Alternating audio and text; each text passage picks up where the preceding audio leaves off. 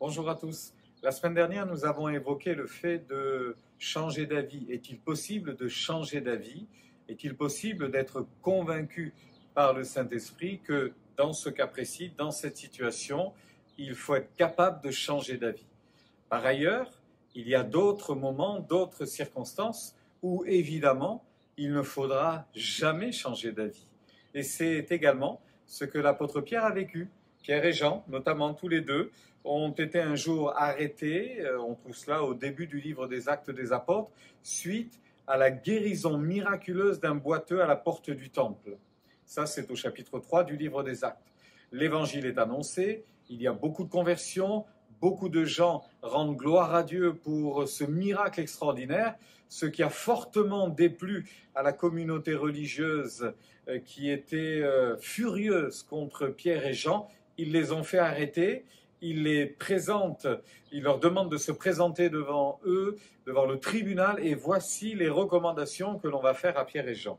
Les ayant appelés, ils leur défendirent absolument de parler et d'enseigner au nom de Jésus. Alors, dans ce cas précis, faut-il changer d'avis?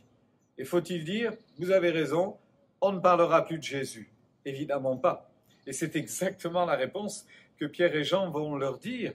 Ils vont répondre ceci: jugez s'il est juste devant Dieu de vous obéir à vous plutôt qu'à Dieu, car nous ne pouvons pas ne pas parler de ce que nous avons vu et entendu. Alors ils leur firent de nouvelles menaces, et ils ont fini par les relâcher.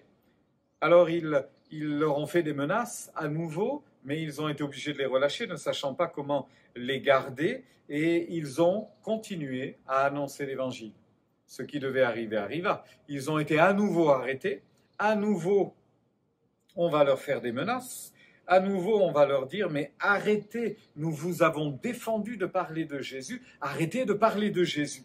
Et ils vont insister, et ils vont dire, cette fois-ci au chapitre 5 des Actes, ceci: il faut obéir à Dieu plutôt qu'aux hommes.